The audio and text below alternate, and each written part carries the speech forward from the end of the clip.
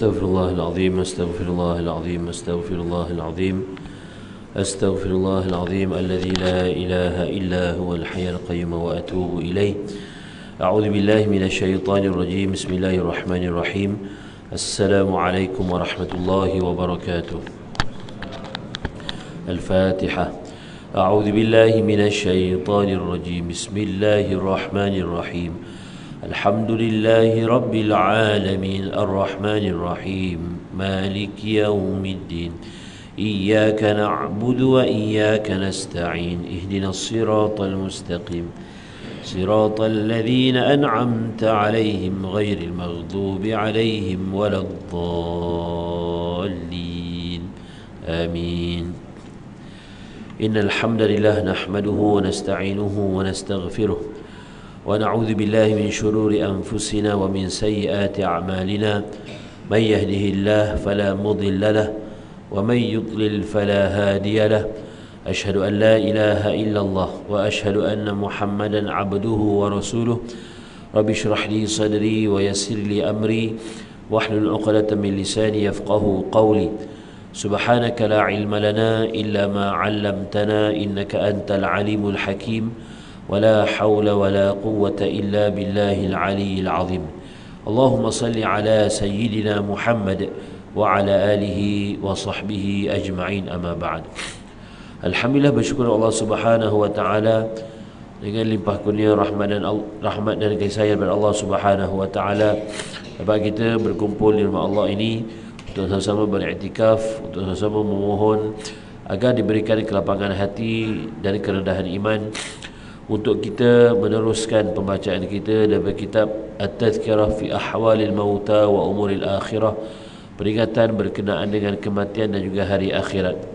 Tuan-tuan, puan-puan, muslimin, muslimat yang dirahmati Allah Subhanahu wa taala, pada pembacaan kita yang lepas kita sudah membacakan hadis yang berkaitan dengan soalan dua malaikat iaitu Munkar dan Nakir dan doa agar diminta dijauhkan daripada azab kubur. Jadi insya-Allah pada malam ini kita akan sambung lagi berkenaan dengan hadis yang masyhur dalam bab azab kubur ini yang diriwayatkan oleh Al-Barra, ya, salah seorang sahabat Nabi sallallahu alaihi wasallam yang bernama Al-Barra bin Azib, yang akan menguraikan lagi bagaimanakah keadaan azab kubur tersebut. Baik. Daripada hadis Abi Awanah atammahuma qala al-Barra, berkata al-Barra bin Azib radhiyallahu anhu, kharajna ma'a Rasulullah sallallahu alaihi wasallam fi janazatin rajul min al-ansar fantahina ila al-qabri wa lamma yalhad fajalasa Rasulullah sallallahu alaihi wasallam wa jalasna hawlahu ka'annama ala ru'usina at-tayr.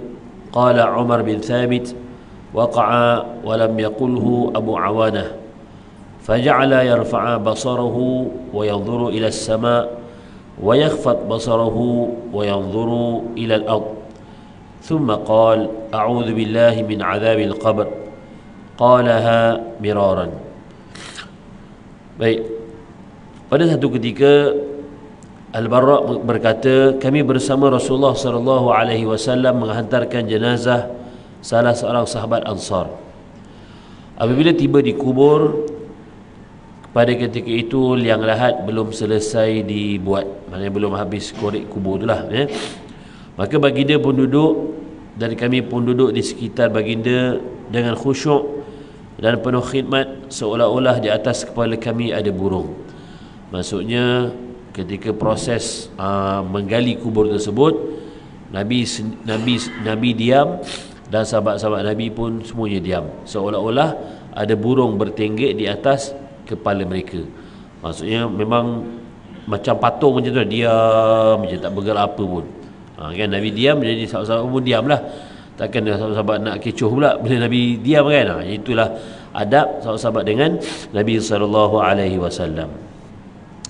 Ada ketikanya Nabi memandang ke atas langit dan ada ketikanya Nabi menundukkan pandangannya ke bawah, ya, memandang ke bumi lah.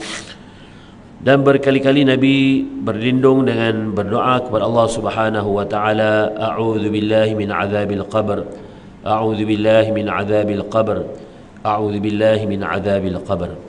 Ya, aku mohon berlindung daripada azab kubur.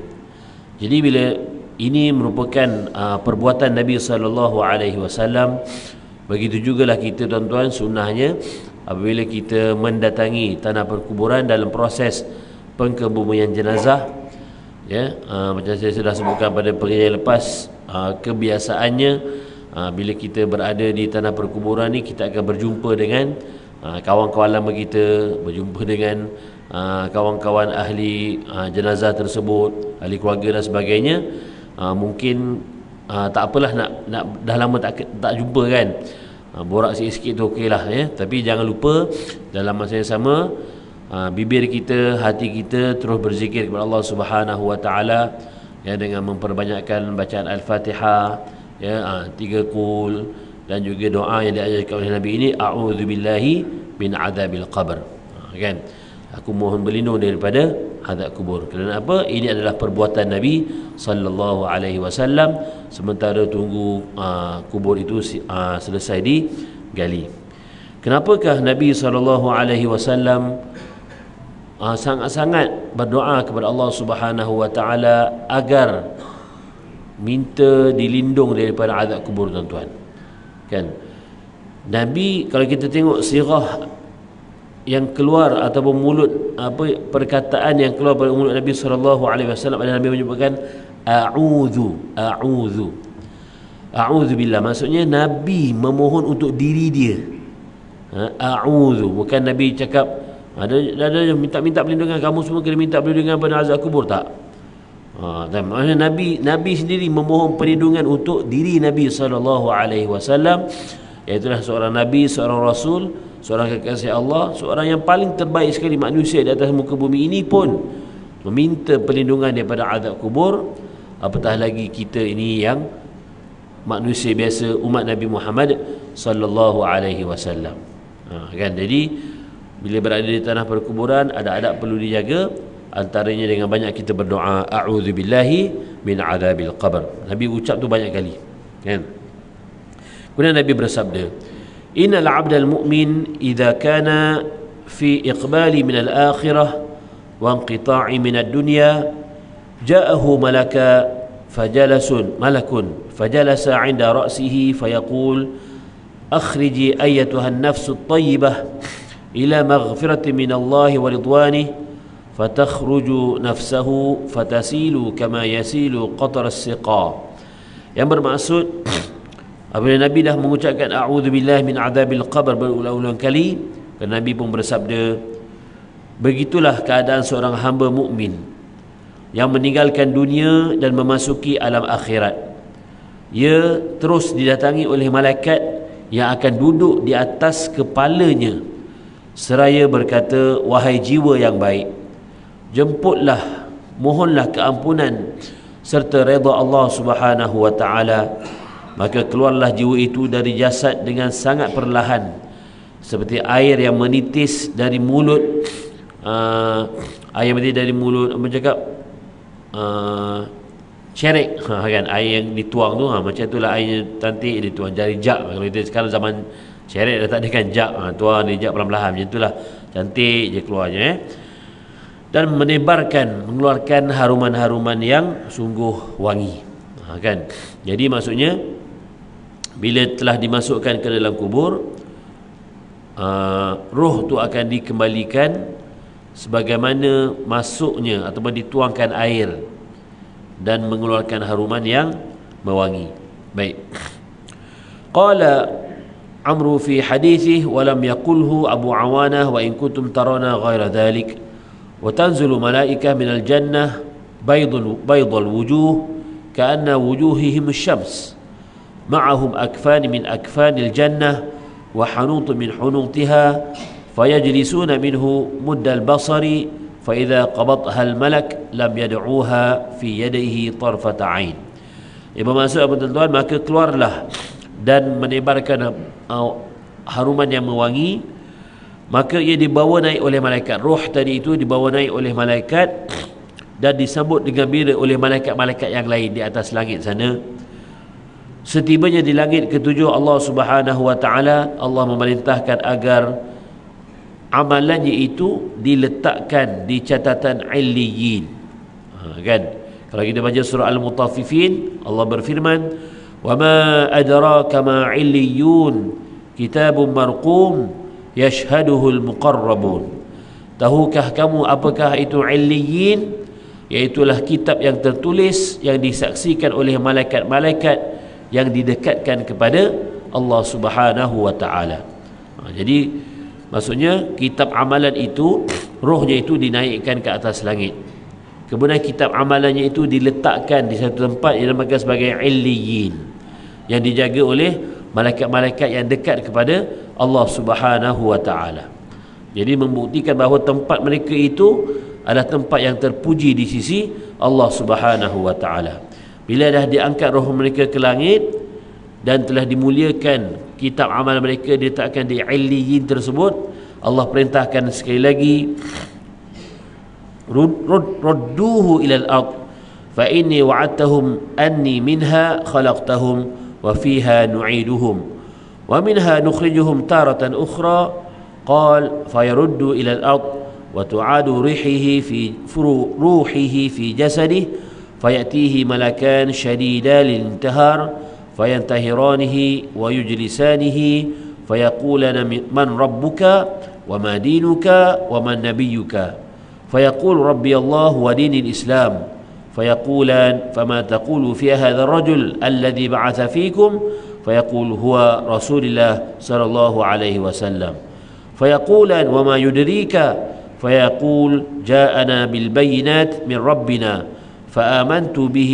وصدقت قال وذلك قوله تعالى يثبت الله الذين آمنوا بالقول الثابت في الحياة الدنيا وفي الآخرة.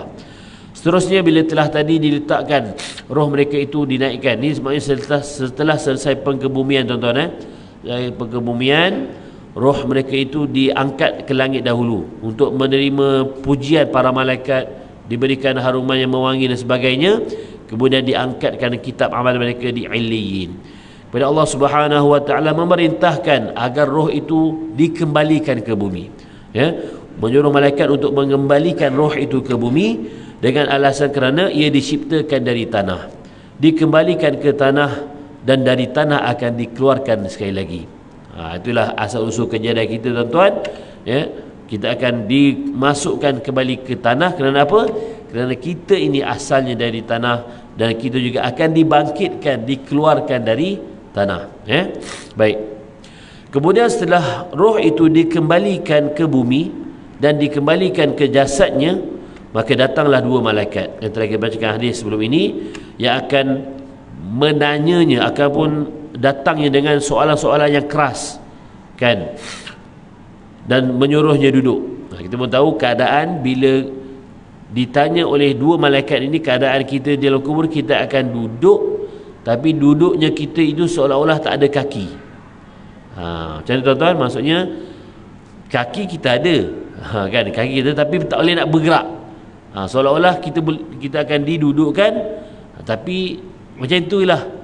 Macam mana wajah malaikat yang berhadapan dengan kita, macam mana keadaan amalan kita akan bantu ataupun tidak, begitulah keadaan kita, tak boleh nak lari mana. Bersedia ajalah dengan soalan yang akan ditanya oleh malaikat tadi.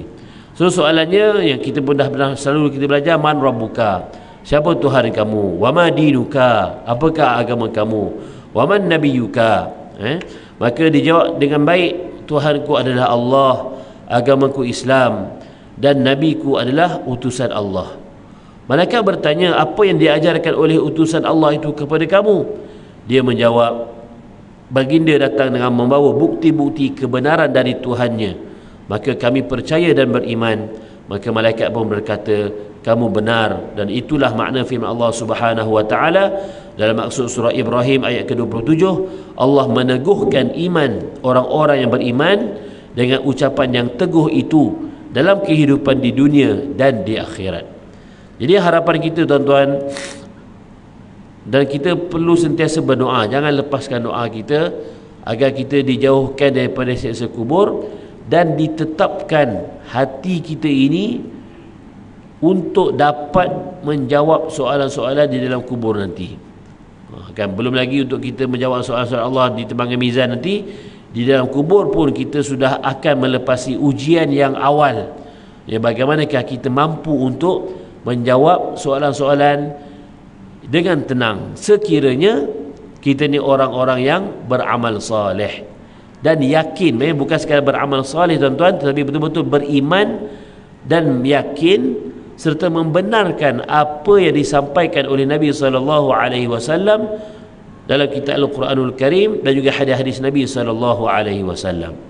Alhamdulillah kita ni orang yang belajar, ya, selalu hadir kuliah-kuliah, memahamkan hadis-hadis Nabi, memahamkan ayat-ayat Al-Quranul Karim, kerana di luar sana banyak, ya, suara-suara ataupun kita sebutkan sesiapa sahaja di luar sana boleh bercakap, boleh bercakap mengikut logik akal, menghuraikan apa sahaja ikut kemahuan kehendak nafsu mereka semata-mata, tidak kira apa golongan sekalipun.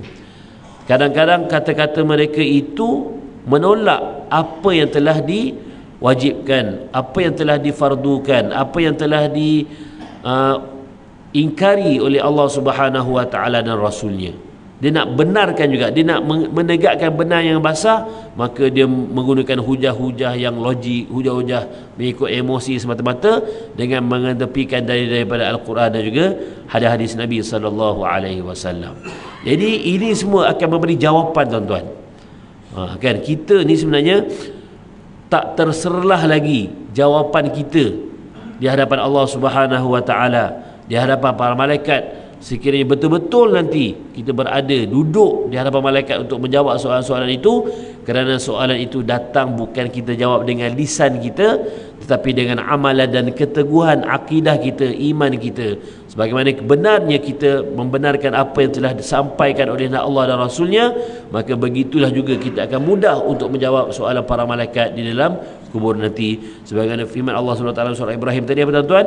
Yuthabbitullahu alladhina amanu, Allah akan meneguhkan iman orang-orang yang beriman. Ya, apa-apa kita mengharapkan Allah lah yang akan bantu kita. Kan dengan kehendaknya jugalah kita dapat menjawab dengan baik soalan-soalan malaikat tadi, dengan meneguhkan iman kita. Dan bukan sahaja keteguhan iman itu terserlah di akhirat, tapi paling awal sekali di dunia inilah. Ya, kenapa kita solat, kenapa kita puasa, kenapa kita laksanakan segala bentuk perintah Allah Subhanahu wa taala. Ya, pertama sekali tidak dapat dinafikan, dan itulah keimanan kita, tuan-tuan, perintah Allah kita buat. Tu je yang pertama sekali. Jangan cari alasan kenapa kita kena buat. Kan, apa yang aku dapat kalau aku buat. Itu alasan orang-orang yang lemah iman, orang-orang yang memang dia tak nak buat, dia cuba nak buat. Contoh, kalau dia dah solat duha, bagi contoh kan, dia solat duha, dia solat fardu 5 waktu, buat apa yang Allah suruh, tapi dia tak dapat apa yang dia nak, kan? Jadi Allah akan uji dia dengan pelbagai bentuk. Maka pada ketika itulah meneguhkan imannya. Tak apalah, aku tak dapat apa yang aku nak. Mungkin contoh perniagaan dia tak untung, dia tak dapat pekerjaan apa yang dia nak, dia tak dapat apa yang dia minta, semua tak dapat, tapi aku telah melaksanakan perintah Allah Subhanahu wa taala. Kan, itu yang kita perlu berpegang kepada, tuan-tuan. Jangan mengharapkan, oh kalau aku buat ni sepatutnya aku dapat macam ni, tapi kenapa tak dapat?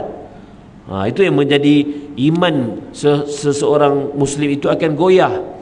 Kan kita biasa belajar, orang cakap kalau kita solat duha rezeki itu murah dan sebagainya, tapi solat duha dah banyak rakaat dah, tapi contohnya lah, tak untung-untung pun berniaga, buat apa nak solat duha? Tak payahlah solat macam ni. Takut-takut perkataan-perkataan jadi macam tu. Kan, macam baru ni, tuan-tuan, saya cikgu sekolah kan, saya terlibat dengan membawa murid sepak takraw lawan dekat sekolah-sekolah ni kan. Jadi macam biasalah kita ajar mereka ni, okey, sebelum kita nak main apa semua, kita doa minta Allah bagi kita kemenangan dan sebagainya lah, diberikan mudahlah nak menang kan. Bila dah main-main dia kalah kan, macam mana tak kuat kan, sekolah lain lagi kuat, bagi contoh. Okey, lepas tu lepas kumpul balik anak-anak murid saya tu, ada seorang murid dia cakap, doa pun bukan menang pun. Dia spontan dia cakap macam tu tau. Murid masa tu budak 10 tahun kan, budak 4. Saya pun terkejut. Kenapa dia cakap macam tu? Tapi kita tak marah dia lah. Kan? Inilah peluang untuk kita bagi dia faham, untuk kita didik dia, bimbing dia, kan? Wallahualam bagaimanakah latar belakang keluarga dia, kita pun tak tahu. Amalan harian dia solat ke tak, kan? Sebab dia spontan cakap doa pun tak menang pun, kan? Jadi kita pun bagi tahu lah, tak apa, kita dah usaha berdoa, kita harap kepada Allah. Allah nak bagi menang, kalah itu adalah hak Allah Subhanahu Wa Taala. Jadi sambil-sambil kita suruh dia main, sambil-sambil itulah kita bimbing dia ke arah benda yang betul. Macam apa yang berlaku di Palestin sekarang, tuan-tuan. Kalau kita fikir dah berapa tahun, kan, bumi umat Palestin, negara Palestin itu dijajah.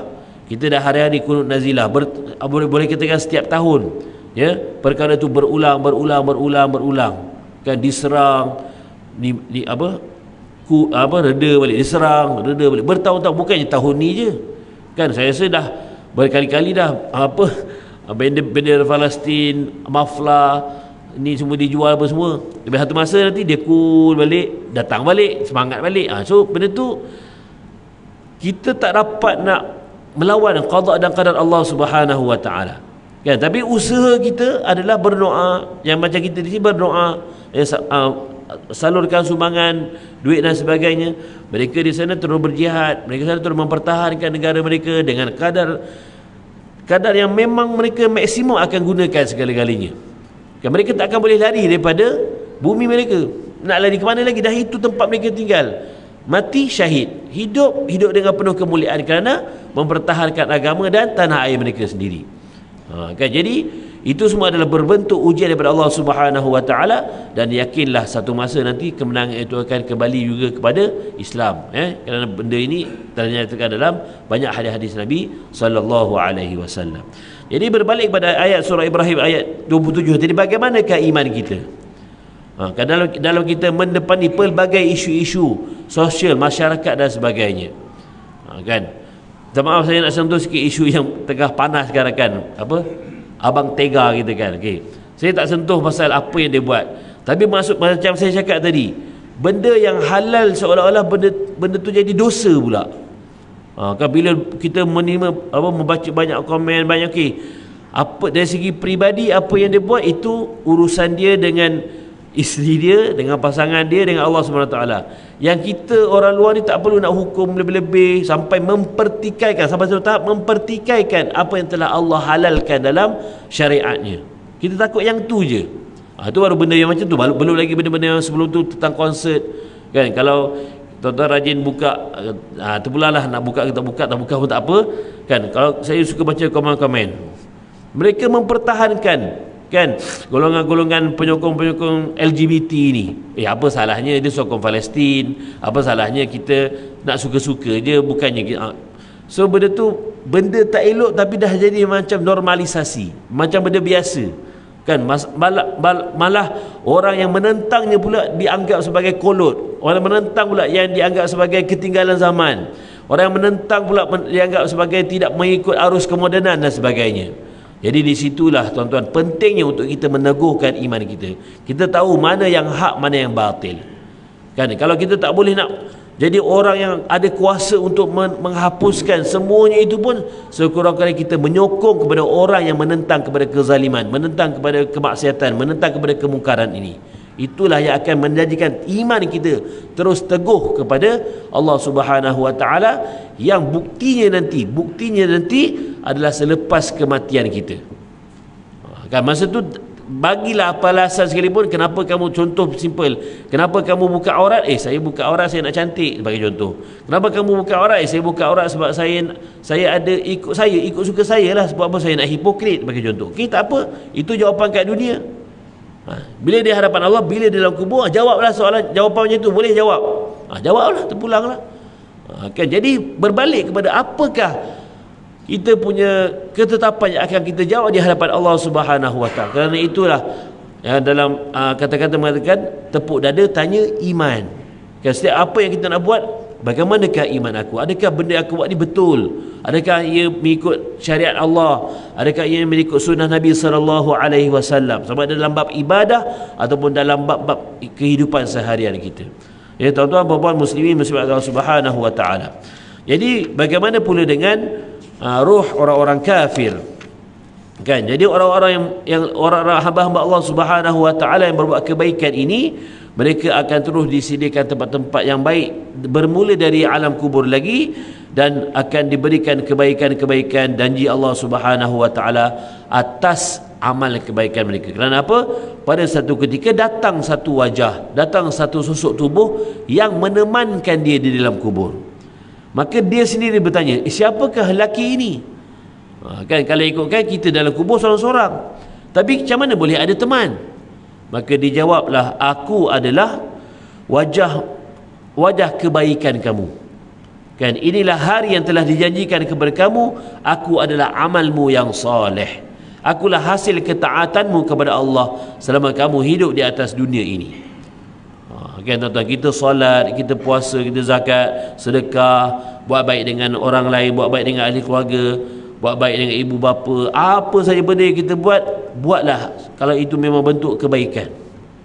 Sebab apa? Kita tak tahu amal mana satu yang akan menjadi peneman kita di dalam kubur, amal mana satu yang akan menjadi pemberat timbangan mizan kita di hadapan Allah Subhanahu wa taala. Umur bukan penentu, ya, title seseorang tu ustaz ke profesor ke siapa dia bukan penentu untuk dia selamat di dalam kubur, untuk dia selamat di alam akhirat Allah Subhanahu wa taala. Kerana yang akan menilai amalan kita ini hanyalah Allah Subhanahu wa taala. Kan kita tak boleh nak anggap, oh aku ni dah lama hidup, kau budak lagi, kau jangan haraplah nak masuk syurga bagi contoh. Kan aku makan masuk syurga dulu, no, tak ada tuan-tuan. Kan semuanya bergantung kepada amalan kita. Kan ada satu hadis sallallahu alaihi wasallam dia menyebutkan, amat rugilah kan bagi orang yang diberikan umur yang panjang tetapi dia tidak beramal kepada Allah Subhanahu wa taala. Kan kita minta, ya Allah panjangkanlah umurku, ya setiap tahun kita diraikan makan kek lah, apalah kan. Tapi kita buat doa-doa dengan Allah, tapi kita tak buat amal soleh. Allah bagi lagi tambah umur, tambah hari-hari dan sebagainya. Allah bagi peringatan, ada yang meninggal, ada orang yang telah pergi lebih awal daripada kita di kalangan orang-orang muda, di kalangan keluarga kita, tapi adakah kita ambil iktibar? Kan semua itu adalah bentuk ujian yang Allah nak berikan, ingatkan kepada diri kita kepada Allah Subhanahu wa taala, yang akhirnya apa tuan-tuan? Amalan inilah yang penatnya kita di atas muka bumi, atas ibadah kita, itulah yang akan menjadi peneman kita di dalam kubur nanti. Maka bila dia mendengar jawapan itu, barulah dia terkejut. Kan terkejut ya. Dia ingat dia seorang-seorang dalam kubur, tapi dia ada teman. Teman dia adalah amal-amal soleh dia, dan dia terus berdoa kepada Allah Subhanahu wa taala untuk segera berlakunya hari kiamat, supaya dia dapat bertemu kembali dengan keluarganya, nak cerita balik. Kalau boleh dia nak ada satu riwayat yang mengatakan dia, boleh tak aku nak jumpa balik ahli keluarga aku nak cerita ke ahli keluarga aku, nak cerita ke anak-anak aku, isteri aku, suami aku, bahawa aku ada teman dalam syurga ni.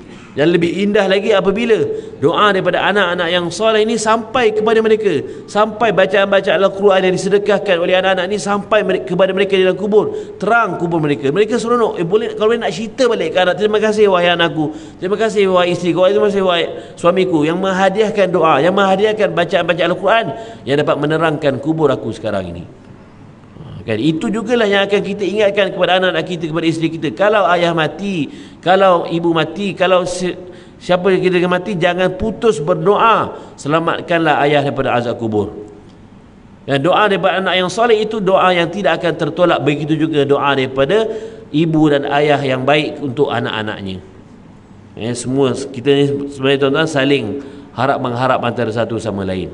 Anak akan mengharap kepada ibu ayah, doa ibu ayah. Ibu ayah juga mengharap doa daripada anak-anaknya. Kan itulah yang menjadi asbab untuk kita selamat daripada azab kubur, diterangkan kubur kita dan diluaskan kubur kita insya-Allah. Tetapi bagi orang yang kafir, apabila mereka meninggalkan dunia ini, mereka memasuki alam akhirat, turut akan didatangi oleh malaikat. Duduk di depan kepalanya, malaikat itu berkata, keluarlah wahai nyawa yang jahat, sambutlah murka Allah Subhanahu wa taala. Dan dalam kemudian muncul malaikat berwajah hitam dengan membawa tukul dari neraka. Dengan kasar dia mencabut nyawanya dari jasad, seperti orang mencabut besi, kapas yang panas daripada besi. baunya sangat busuk. Ketika dibawa naik ke atas untuk dihadapkan kepada Allah Subhanahu wa taala, para malaikat penghuni langit yang melalui merasa terganggu oleh baunya yang sangat busuk tersebut. Perbandingan tadi, malaikat orang roh orang beriman diangkat, disambut oleh malaikat-malaikat kerana haruman wanginya. Tapi roh orang-orang kafir, penentang agama Allah Subhanahu wa taala ini diangkat dan baunya sangat busuk dan ditolaklah oleh malaikat-malaikat atas langit Allah Subhanahu wa taala, tak sampai langit pertama lagi. Kalau tadi nyawa orang Islam, nyawa orang mukmin dah melepasi langit ketujuh, diletakkan di Illiyin.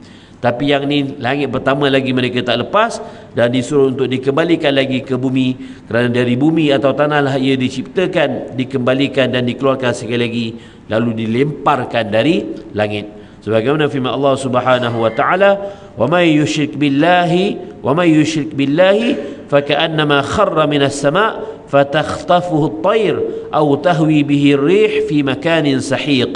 Surah Al-Hajj ayat 31. Barang siapa yang mempersekutukan sesuatu dengan Allah, maka dia seolah-olah jatuh dari langit lalu disambar oleh burung atau diterbangkan angin dari tempat yang jauh. Kan kalau tadi roh orang mukmin dikembalikan baik-baik kembali kepada jasad dan diluaskan kuburnya, ditelangkan kuburnya dan diberikan peneman di kalangan amal-amal salehnya.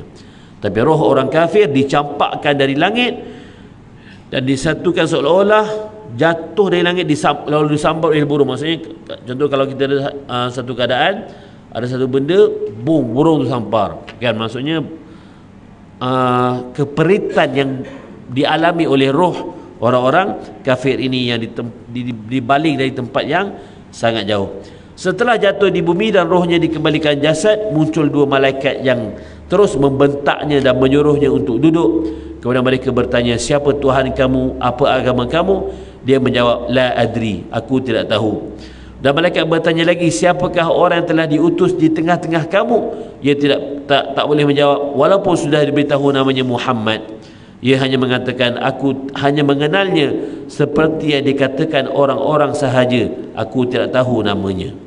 Kan maksudnya tuan-tuan, ini satu pengajaran ibrah untuk kita mengenal siapakah dia Nabi Muhammad sallallahu alaihi wasallam. Bukan sekadar kita tahu nama, tahu Nabi Muhammad, tapi tak nak ikut sunnah baginda, tak nak ikut apa yang telah diperintahkan oleh Nabi sallallahu alaihi wasallam, tak nak ikut apa yang telah ditegur oleh para alim ulama, oleh para mufti tentang kemungkaran-kemungkaran berlaku. Nak ikut juga hawa nafsu, nak ikut juga benda-benda trending yang sebagainya, yang melanggar tata susila, norma kebaikan dan juga syariat Allah Subhanahu wa taala. Maka bila dia jawab macam tu, Nabi Muhammad pun tak kenal agama pun dah dia mempersekutukan Allah Subhanahu wa taala, maka dihimpitlah kuburnya sehingga tulang-tulang rusuknya remuk. Tidak lama kemudian muncul amalnya menjelma menjadi sosok seorang lelaki yang berwajah sangat jelek, berpakaian lusuh dan berbau busuk. Amalnya datang juga tuan-tuan, kan, tapi amalnya datang dalam keadaan yang sungguh tidak, kita cakap apa ya, buruk lah, jijik. Kan maksudnya kalau kita tuan-tuan, dari segi adat kita tuan-tuan, kalau kita di rumah kita bawa kereta, depan kita lori lori bawa sampah tu kan, lori bawa sampah, lori tu perlahan, kita nak potong tak boleh. Berapa lama kita aircon kereta kita rosak, atau kita naik motor kan, naik motor mungkin boleh silap lah kan. Maksudnya nak bau dia punya air dia punya sampah tu kan, uish, kan menikam, menusuk hidung kita, tak boleh nak lari. Itu baru bau sampah yang sedikit. Kan itu pun cuma apa, sampai kita cakap air yang menitik-nitik sikit-sikit macam tu je, itu pun kita dah apa cakap, tak boleh tahan lah baunya kan, dan bau sampah, bau najis dan sebagainya. Tapi kalau bau itu datang selepas kita, nyawa roh tadi dicampak, kemudian datang dengan bau muka yang jelek, bau yang busuk, ya, mengelir kita di dalam kubur tersebut, na'udzubillah tuan-tuan, maka dia cakap, "Akulah amalan kamu yang jahat itu." Kan, terimalah azab dan murka Allah, maka aku adalah amalmu yang jahat, akulah hasil kedurhakaanmu kepada Allah sewaktu di dunia.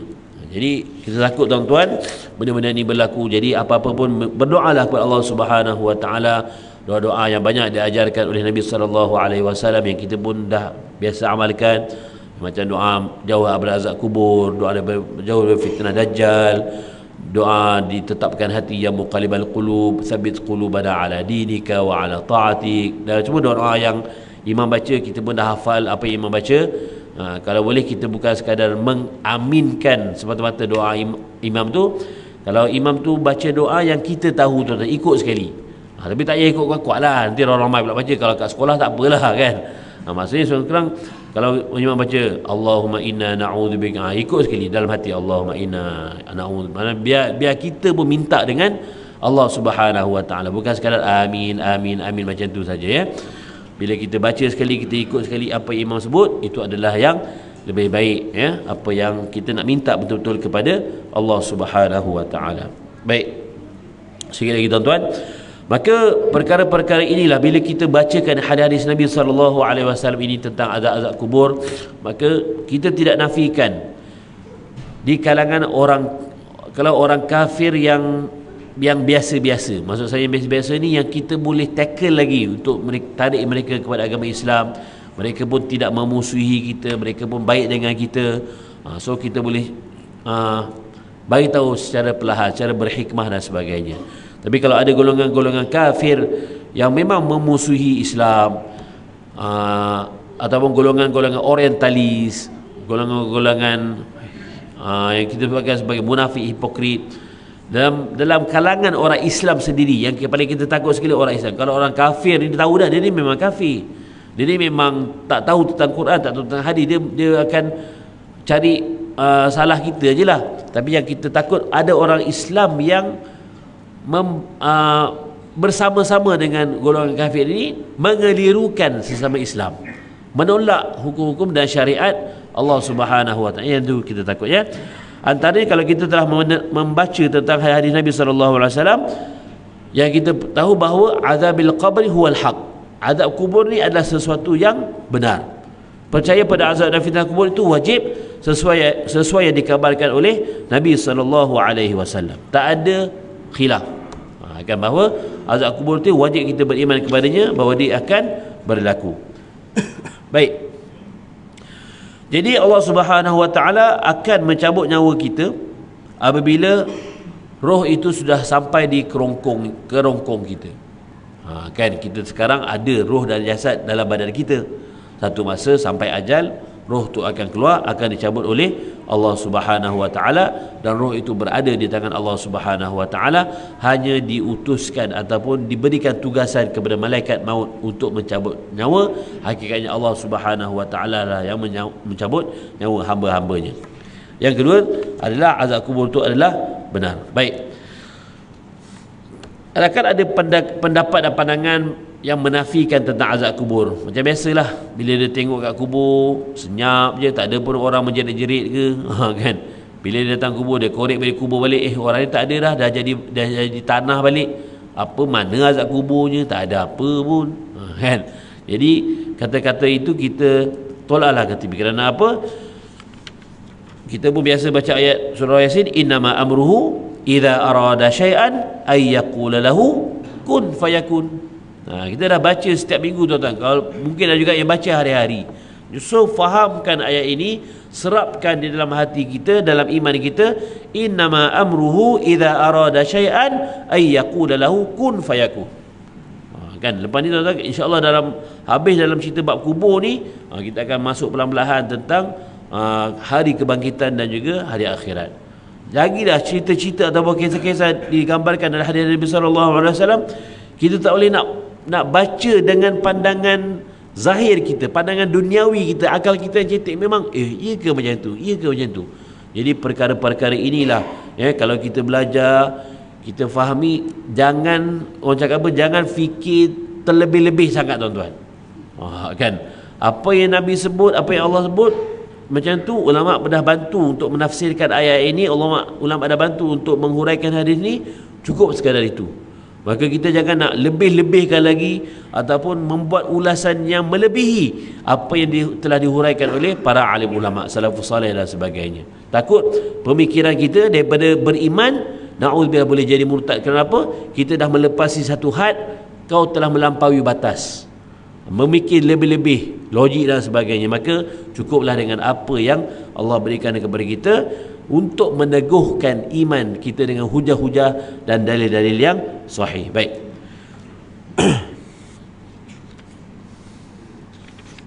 Tuan-tuan adalah tentang bagaimanakah orang menanyakan tentang penafsiran riwayat menyatakan bahawa kubur itu adalah salah satu jurang neraka atau salah satu taman syurga. Jadi mungkin ada pendapat mengatakan kalau macam tu dah tak perlu ada syurga neraka lah. Dekat kubur lagi dah ada azab, kan? Buat apa lagi nak ada azab neraka? Jadi benda ni tuan-tuan, macam kita sebut tadi, bahawa kita akan melalui banyak dan jauh lagi fasa dalam kehidupan kita, alam barzakh, kemudian alam akhirat.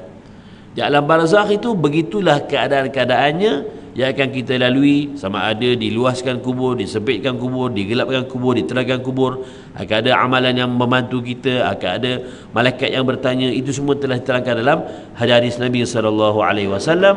Maka apa juga keimanan kita buat masa ini dalam kehidupan kita kat dunia hanya mampu melakukan amal saleh dan berdoa kepada Allah Subhanahu wa taala. Hakikatnya nanti itulah yang akan berlaku apabila seorang itu telah masuk ke dalam kubur. Dan semoga Allah terus menetapkan iman kita. Takut-takut kerana apa? Nanti dinyatakan oleh Allah Subhanahu wa taala, an-naru yu'raduna 'alaiha ghuduwan wa 'ashiyya. Kepada mereka dinampakkan neraka pada pagi dan petang. Itu di dalam kubur, belum lagi mereka akan masuk ke dalam neraka, na'udzubillah.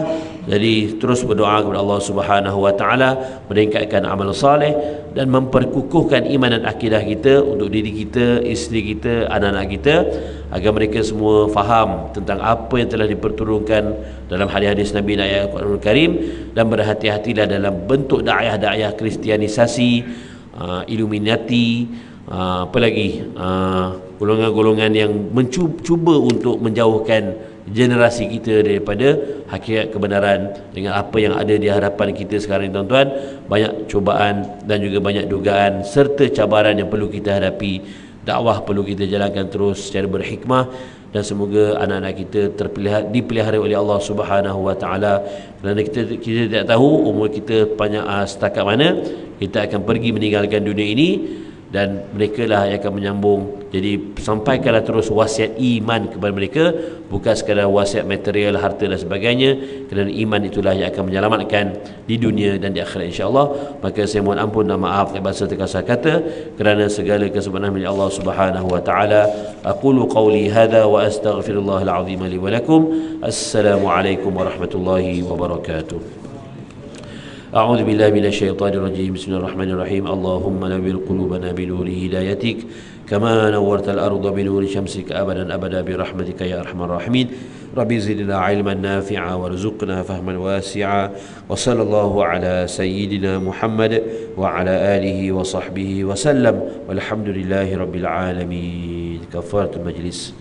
سبحانك اللهم وبحمدك أشهد أن لا إله إلا أنت أستغفرك وأتوب إليك.